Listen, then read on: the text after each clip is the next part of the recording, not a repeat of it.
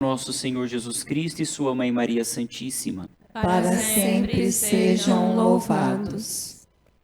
Em primeiro lugar, eu gostaria de destacar uma palavra, talvez ali no finalzinho do Evangelho. Vou começar pelo fim hoje. Só para destacar aquele diálogo na semana passada em que Jesus fazia com Nicodemos, no capítulo 3, no Evangelho segundo São João. E naquele diálogo, uma das coisas principais é que a graça vem pela fé e o pecado pela falta de fé. Hoje no Evangelho, o trecho do Evangelho termina dizendo que a obra de Deus é que acrediteis naquele que Ele enviou. Isso para destacar e ver também como a palavra de Deus e a nossa doutrina, ela tem uma coerência, ela é toda interligada. Né? Nada é por acaso, nada está aqui na Sagrada Escritura como que colocado sem um objetivo. Mas para dizer para nós, segundo São João, a obra de Deus é acreditar no Filho eterno de Deus que veio para nós como Salvador.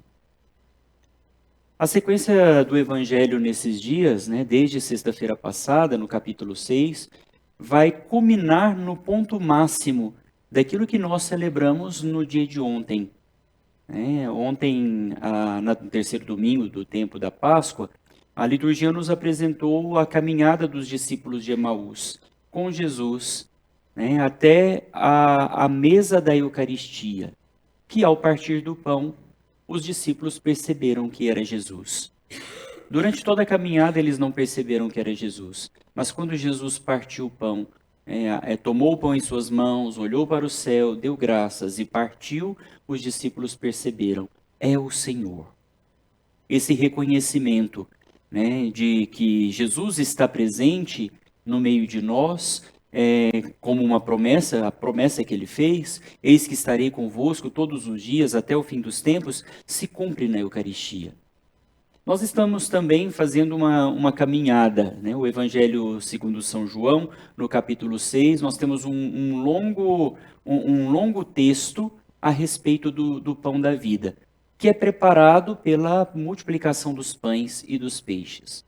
A primeira multiplicação dos pães e dos peixes.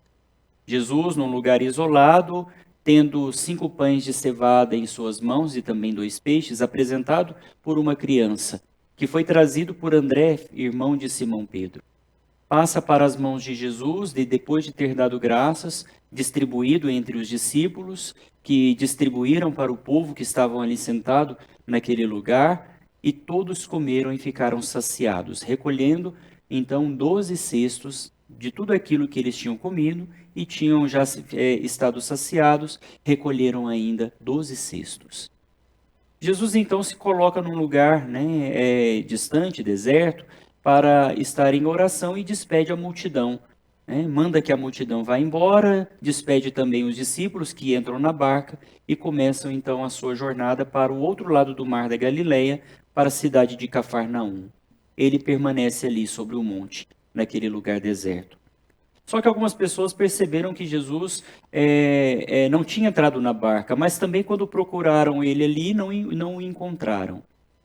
Jesus tinha descido do monte, caminhado sobre as águas do mar, até chegar no outro lado. Quando estavam quase chegando, Jesus também, o barco atracou, Jesus chegou na margem da cidade, ali na cidade de Cafarnaum.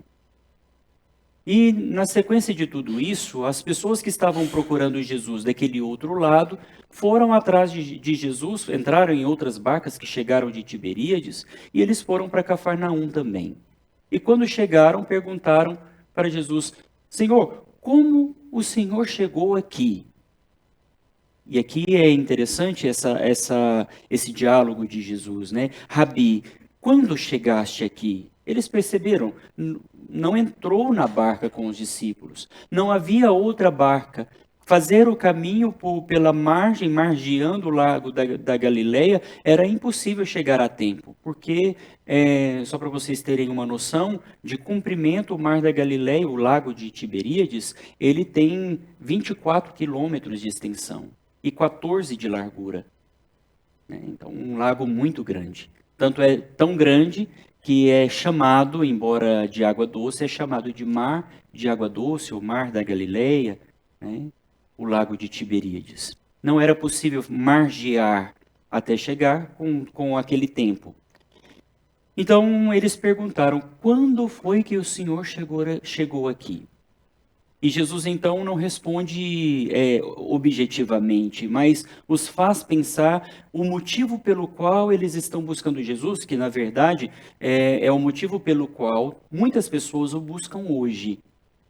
Não porque viram sinais, mas porque presenciaram um milagre. E é interessante a gente perceber no Evangelho segundo São João que há uma grande diferença entre presenciar um milagre e um sinal. Muitas vezes o sinal é realizado de forma milagrosa, mas se os nossos olhos não se abrem para a fé, podemos ver um grande milagre, mas podemos não perceber o sinal.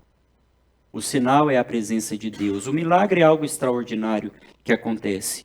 Mas o Senhor nos convida a abrir os nossos olhos para o sinal. Em verdade eu vos digo, estáis me procurando não porque vistes sinais, mas porque comestes pão e ficastes satisfeitos. Esforçai-vos para o alimento que não se perde, mas que dá a vida eterna. Esse é o chamado de Deus para nós, que amanhã e nos próximos dias vamos aprofundar sobre estes temas. Louvado seja o nosso Senhor Jesus Cristo. Para sempre seja louvado.